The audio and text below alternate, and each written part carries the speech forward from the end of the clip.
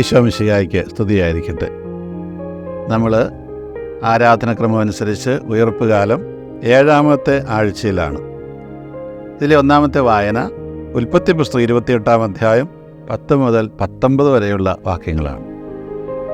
യാക്കോബ് തൻ്റെ സഹോദരനെ പേടിച്ചിട്ട് ഒളിച്ചോടുന്ന ആ ഒരു രംഗം നമുക്കറിയാം. യാക്കോബ് തൻ്റെ ജ്യേഷ്ഠനായ എസോവിൻ്റെ കടിഞ്ഞൂലവകാശം തട്ടിയെടുത്തു, പിതാവിൻ്റെ അനുഗ്രഹം വാങ്ങി. അതിനുശേഷം എസോവിന് യാക്കോബിനോട് വൈരാഗ്യം തോന്നുന്നു, അവനെ കൊല്ലാനായിട്ട് നോക്കി നടക്കുന്നു. ഇക്കാര്യം അറിഞ്ഞ അവൻ്റെ അമ്മ ഉപദേശിക്കുകയാണ് അമ്മയുടെ ആങ്ങളയുടെ വീട്ടിലേക്ക് പോകാനായിട്ട്. ആ പോകുന്ന വഴിക്ക് എന്താണ് സംഭവിക്കുന്നതെന്നാണ് നമ്മുടെ ഇന്നത്തെ വായന പറയുന്നത്. യാക്കോബ് ബേർഷെബായിൽ നിന്ന് ഹാരാനിലേക്ക് പുറപ്പെട്ടു. ആ ഹാരാനിലാണ് അവൻ്റെ അമ്മാവൻ താമസിക്കുന്നത്, ലാബാൻ. സൂര്യൻ അസ്തമിച്ചപ്പോൾ അവൻ വഴിക്ക് ഒരിടത്ത് തങ്ങുകയും രാത്രി അവിടെ ചെലവഴിക്കുകയും ചെയ്തു. ഒരു കല്ലെടുത്ത് തലയ്ക്ക് കീഴെ വെച്ച് അവൻ ഉറങ്ങാൻ കിടന്നു. അവനൊരു ദർശനമുണ്ടായി. ഭൂമിയിൽ ഉറപ്പിച്ചിരുന്നൊരു ഗോവണി, അതിൻ്റെ അറ്റം ആകാശത്ത് മുട്ടിയിരുന്നു. ദൈവദൂതന്മാർ അതിലൂടെ കയറുകയും ഇറങ്ങുകയും ചെയ്തുകൊണ്ടിരുന്നു. ഗോവണിയുടെ മുകളിൽ നിന്നുകൊണ്ട് കർത്താവ് അരുളി ചെയ്തു, ഞാൻ നിന്റെ പിതാവായ അബ്രാഹത്തിൻ്റെയും ഇസ്ഹാക്കിൻ്റെയും ദൈവമായ കർത്താവാണ്. നീ കിടക്കുന്ന ഈ മണ്ണ് നിനക്കും നിന്റെ സന്തതികൾക്കും ഞാൻ നൽകും. അതായത് ഈ ഹാരാനിലേക്ക് പോകുന്ന വഴിക്ക് കനാൻ ദേശത്തിനൊരു ഭാഗത്ത് തന്നെയാണ് യാക്കോബിന് ഈ അനുഭവം ഉണ്ടാകുന്നത്. നിന്റെ സന്തതികൾ ഭൂമിയിലെ പൂഴി പോലെ എണ്ണമറ്റവരായിരിക്കും. കിഴക്കോട്ടും പടിഞ്ഞാറോട്ടും തെക്കോട്ടും വടക്കോട്ടും നിങ്ങൾ വ്യാപിക്കും. നിന്നിലൂടെയും നിന്റെ സന്തതികളിലൂടെയും ഭൂമിയിലുള്ള ഗോത്രങ്ങളെല്ലാം അനുഗ്രഹിക്കപ്പെടും. ഇതാ ഞാൻ നിന്നോടുകൂടെയുണ്ട്. നീ പോകുന്നിടത്തെല്ലാം ഞാൻ നിന്നെ കാത്തു സംരക്ഷിക്കും. നിന്നെ ഈ നാട്ടിലേക്ക് തിരികെ കൊണ്ടുവരും. നിന്നോട് പറഞ്ഞതൊക്കെ നിറവേറ്റുന്നതുവരെ ഞാൻ നിന്നെ കൈവിടുകയില്ല. യാക്കോബിന് ദൈവം പ്രത്യക്ഷപ്പെട്ട് കൊടുക്കുന്ന വരമാണത്. നിന്നോടുകൂടി ഞാൻ ഉണ്ടായിരിക്കും. നമ്മൾ ചിന്തിച്ച് നോക്കി യാക്കോബിൻ്റെ പിന്നീടുള്ള ജീവിതകാലത്തെക്കുറിച്ച്, ആ കഥകളെക്കുറിച്ച്. യാക്കോബ് ലാബാൻ്റെ അടുത്ത് എത്തുന്നു. അവിടെ എത്രയോ വർഷങ്ങൾ, 10, 15, 20 വർഷമൊക്കെ ആടുകളെ മേച്ച്. എന്തിനു വേണ്ടിയിട്ടാണ്? അദ്ദേഹത്തിൻ്റെ ലാബാൻ്റെ പെൺകുട്ടികളെ 2 പെൺകുട്ടികളെ കല്യാണം കഴിക്കാൻ വേണ്ടിയിട്ട്. റാഹേലിനെയാണ് യാക്കോബിന് ഇഷ്ടം. പക്ഷേ ചേട്ടത്തിയെ കെട്ടിച്ചു കൊടുത്ത് അമ്മാവൻ പറ്റിച്ചു. എന്നിട്ടും യാക്കോബ് എതിരൊന്നും പറയുന്നില്ല. അവസാനം പിന്നീട് ഒളിച്ചോടുന്ന രംഗമൊക്കെ നമുക്കറിയാം. ഇവിടെ ഈ യാക്കോബിൻ്റെ മകനായ ജോസഫിനെ പോലെ തന്നെ ഇവിടെ നമ്മളൊരു കാര്യം ശ്രദ്ധിക്കേണ്ടതുണ്ട്. ആ കാര്യം എന്താണ്? യാക്കോബ് ഈ ലാബാൻ്റെ കൂടെ ഇങ്ങനെയൊക്കെ താമസിക്കുമ്പോഴും ലാബാനോട് അവന് ചെറിയ വിരോധമൊക്കെ തോന്നുന്നുണ്ടെങ്കിലും അവനിങ്ങനെ ശ്രദ്ധാപൂർവം അല്ലെങ്കിൽ പ്രതിബദ്ധയോട് കൂടിയിട്ട് തൻ്റെ ലക്ഷ്യപ്രാപ്തിക്കായിട്ട് ജോലിയെടുക്കുകയാണ് ചെയ്യുന്നത്. വളരെ ബുദ്ധിപൂർവ്വം പ്രവർത്തിച്ച് അവൻ്റെ ആടുകളും മാടുകളുമൊക്കെ ഒരുപാട് വർദ്ധിച്ചു. അപ്പോൾ ഇവൻ പോകുന്നിടത്തെല്ലാം ദൈവമുണ്ട് എന്ന് പറഞ്ഞത് വെറുതെയല്ല.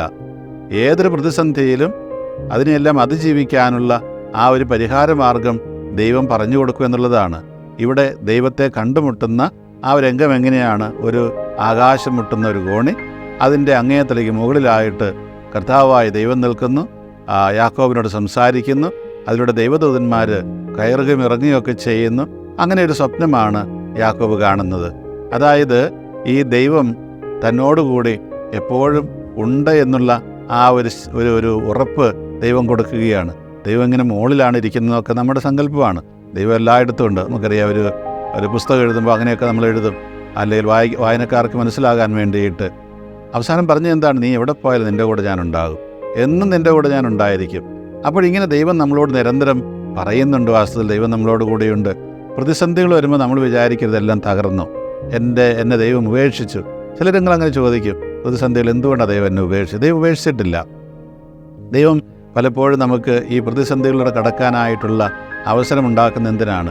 ഒരു ക്രൈസ്തവ വിശ്വാസി എന്ന നിലയിൽ നമ്മൾ എങ്ങനെയാണ് ഇതിനെ കാണേണ്ടത്? അതായത് ദൈവത്തോട് ചേർന്ന് നിൽക്കുന്നവർക്ക് പ്രതിസന്ധികളിലൂടെ കടന്നു പോകുമ്പോഴും ആ ദൈവത്തെ ഉപേക്ഷിക്കാനായിട്ട് തോന്നുകയില്ല. കാരണം ദൈവം ഇതുപോലെയുള്ള അവസരങ്ങളിലൂടെ എല്ലാം കടത്തി വിട്ടുകൊണ്ട് നമ്മളെ സംരക്ഷിക്കുക എന്നുള്ളതാണ്. എന്തിനങ്ങനെ പ്രതിസന്ധികളിലൂടെ കടന്നു പോകണം എന്ന് നമ്മൾ ചോദിക്കുക. അത് ഈ ലോകത്തിൻ്റെ പ്രത്യേകതയാണ്. കാരണം പാപം നിറഞ്ഞ ഈ ലോകത്തിലൂടെ നമ്മൾ കടന്നു പോകുമ്പോൾ ഈ പ്രതിസന്ധികൾ ഉണ്ടാകാതിരിക്കില്ല, ഉണ്ടാകും. പക്ഷെ അപ്പോഴൊക്കെ ഓർക്കേണ്ടത് ദൈവം നമ്മളെ കൈവിട്ടിട്ടില്ല എന്നുള്ള കാര്യമാണ്. നമ്മൾ നിരന്തരമായിട്ടിങ്ങനെ ദൈവദൂതന്മാരെ ദർശിക്കുന്നു പറഞ്ഞാൽ നമ്മളെ സഹായിക്കാനായിട്ട് ദൈവം ധാരാളം ആളുകളെ പറഞ്ഞു വിടുന്നർത്ഥം. ഈ അങ്ങോട്ടും ഇങ്ങോട്ടും ദൈവദൂതന്മാർ കയറുകയും ഇറങ്ങുകയൊക്കെ ചെയ്യുന്നു. അവരുടെ എല്ലാം മധ്യത്തിൽ നിന്നുകൊണ്ടാണ് കർത്താവായ ദൈവം യാക്കോബിനോട് സംസാരിക്കുന്നത്. നമ്മൾ ഈ ലോകത്തിലായിരിക്കുമ്പോൾ ഓർക്കുക, അതിലൂടെ മറ്റൊരുപാട് പേരൊക്കെ പോകുന്നുണ്ടാകും, നമ്മളെ സഹായിക്കാൻ ധാരാളം പേരുണ്ടാകും. പക്ഷേ ദൈവം അതിൻ്റെ എല്ലാം മുകളിലുണ്ട് എന്നവർക്ക് അവരെയൊക്കെ നിയന്ത്രിക്കുന്നത് ദൈവമായ കർത്താവാണ്. രണ്ടാമത്തെ വായന പത്രോസിൻ്റെ 1-ാം ലേഖനം 1-ാം അധ്യായം 3 മുതൽ 9 വരെയുള്ള വാക്യങ്ങളാണ്. അവിടെ നമ്മൾ ഇപ്രകാരം വായിക്കുന്നു: നമ്മുടെ കർത്താവായ ഈശോ മിശിഹായുടെ പിതാവായ ദൈവം വാഴ്ത്തപ്പെട്ടവനാകട്ടെ.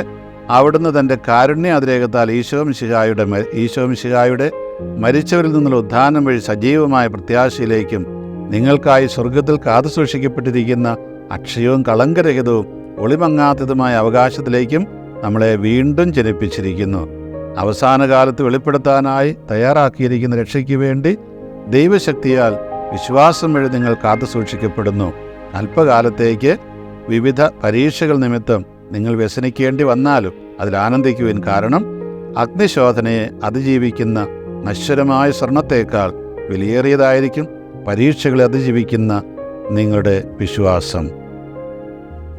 ഇവിടെ യാക്കോബിനോട് പറഞ്ഞൊക്കെ തന്നെയാണ് ഈ പറയുന്നത്.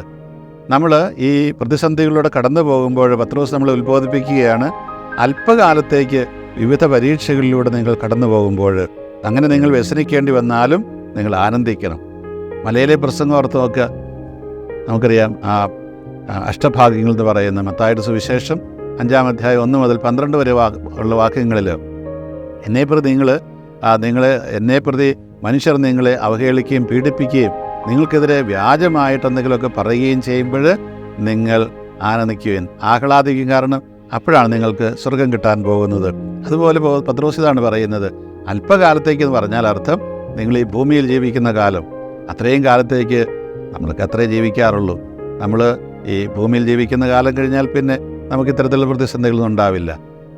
പത്രോസ് അല്പകാലം എന്ന് പറയുമ്പോൾ ഈ ദൈവത്തിൻ്റെ കൂടെ ആയിരിക്കുന്നവർക്ക് ഈ കാലമൊന്നും പ്രശ്നമല്ല എന്നർത്ഥം. വളരെ നിസ്സാരമായിട്ടത് തോന്നുമെന്നർത്ഥം. കർത്താവ് പറയും, എൻ്റെ നുകം വഹിക്കാൻ എളുപ്പമുള്ളതാണ്, എൻ്റെ ഭാരം ഭാരം കുറഞ്ഞതാണ് എന്നൊക്കെ പറയുമ്പോൾ, നുകം ഭാരം കുറഞ്ഞതാണെന്നൊക്കെ പറയുമ്പോൾ അർത്ഥമാക്കുന്ന എന്താണ്? എന്നെ സ്നേഹിക്കുന്നവർക്ക് ഈ ജീവിതമൊന്നും പ്രശ്നമല്ല, അതെല്ലാം വളരെ ഭാരരഹിതമായിട്ട് തോന്നും എന്നാണ്.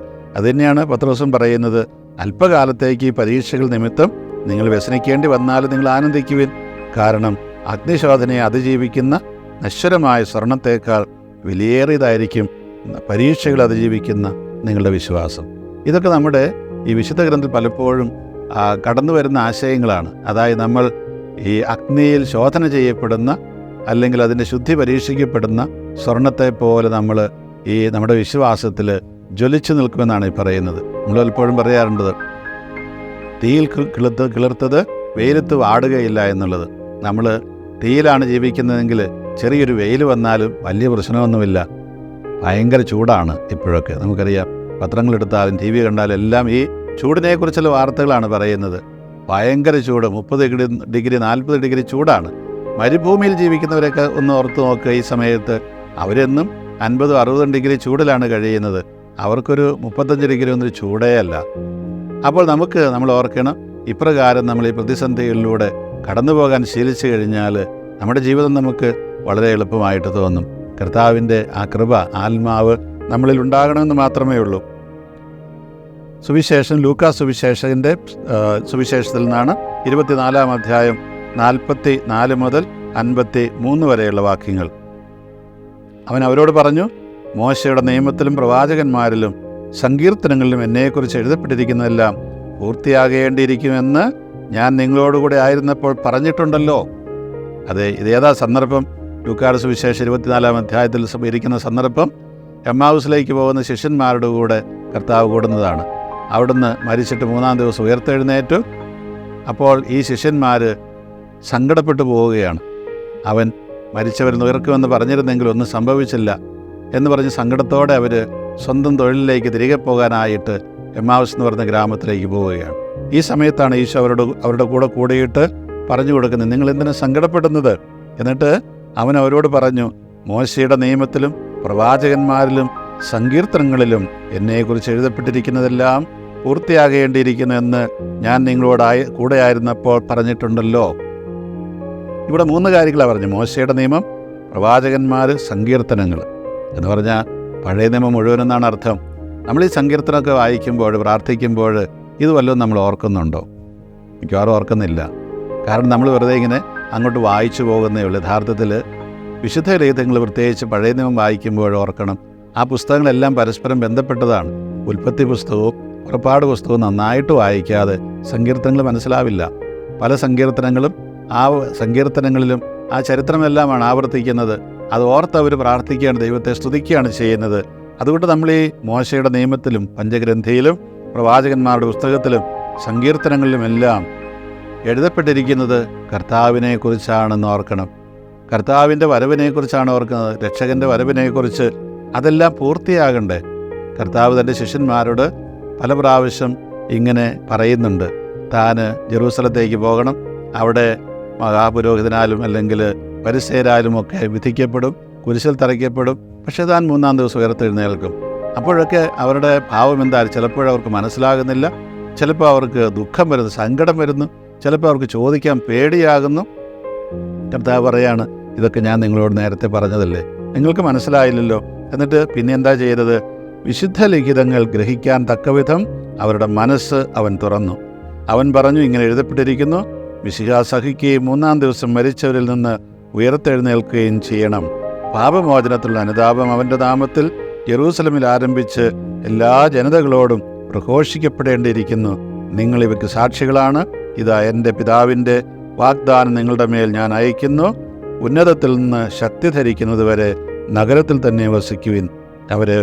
അവൻ അവരെ ബഥാനിയ അവരെ കൂട്ടിക്കൊണ്ടുപോയി കൈകൾ ഉയർത്തി അവരെ അനുഗ്രഹിച്ചു കൊണ്ടിരിക്കുക അവൻ അവരിൽ നിന്ന് മറയുകയും സ്വർഗത്തിലേക്ക് സംവഹിക്കപ്പെടുകയും ചെയ്തു.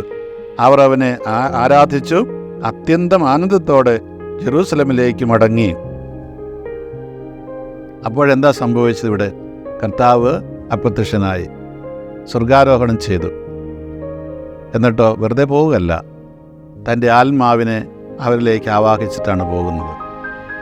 അതുകൊണ്ടാണ് അവർ സന്തോഷത്തോടുകൂടി ആനന്ദത്തോടുകൂടി തിരികെ പോകുന്നത്. വചനങ്ങൾ മനസ്സിലാക്കാനുള്ള ആ ഒരവസ്ഥ, അല്ലെങ്കിൽ അവരുടെ ഹൃദയം അതിനായി തുറന്നു. നമ്മളൊരുപാട് വചനമൊക്കെ വായിക്കുന്നവരാണ്, പക്ഷേ യഥാർത്ഥത്തിൽ ഈ വചനം മനസ്സിലാക്കണമെങ്കിൽ എന്ത് വേണം? കർത്താവിൻ്റെ അരൂപി നമ്മളിൽ വേണം, എങ്കിലേ നമുക്ക് മനസ്സിലാവുകയുള്ളൂ അവിടെ പറഞ്ഞിരിക്കുന്നത് എന്താണ് എന്ന്. അവരാ ശിഷ്യന്മാർ എത്രയോ പ്രാവശ്യം ഈ പറയുന്ന മോശയുടെ നിയമങ്ങളും പ്രവാചകന്മാരുടെ പുസ്തകങ്ങളും സങ്കീർത്തനങ്ങളൊക്കെ വായിച്ചിരിക്കും, പക്ഷെ അവർക്കൊന്നും മനസ്സിലായില്ല. കർത്താവിൻ്റെ ആത്മാവ് എന്ന് നമ്മളിലേക്ക് വന്ന് മാത്രമേ നമുക്ക് തിരിയുകയുള്ളൂ. അപ്പോൾ നമ്മൾ ചെയ്യേണ്ട കാര്യം ഇതാണ്, ഈ പുസ്തകം എടുത്തു വെച്ച് വായിക്കണം. ദൈവത്തിൻ്റെ ആത്മാവ് നമ്മളെ നിറയട്ടെ. ആ നിറഞ്ഞ അവസരത്തിൽ നമ്മൾ വായിക്കുമ്പോൾ നമ്മുടെ കണ്ണുകൾക്ക് കൂടുതൽ വെളിച്ചമുണ്ടാകും, കാണാനായിട്ട് കഴിയും. ഈശോ കൂടെ കൂടുമ്പോഴും അങ്ങനെ ആകുന്നില്ലെങ്കിൽ നമുക്കൊരിക്കലും മനസ്സിലാക്കാൻ കഴിയില്ല. 24-ാം അധ്യായത്തിൽ ലൂക്കാ സുവിശേഷൻ്റെ 24-ാം അധ്യായം 16-ാം വാക്യം പറയുന്നത്, അവനെ തിരിച്ചറിയാൻ കഴിയാത്ത വിധം അവരുടെ മനസ്സുകൾ മൂടപ്പെട്ടിരുന്നു എന്നാണ്. അവനെ മനസ്സിലാക്കാൻ കഴിയാത്ത വിധം അവരുടെ മനസ്സുകൾ മൂടപ്പെട്ടിരുന്നു. എന്തുകൊണ്ടാണ് മൂടപ്പെട്ടിരുന്നത്? എന്ത് വസ്തു കൊണ്ടാണ്?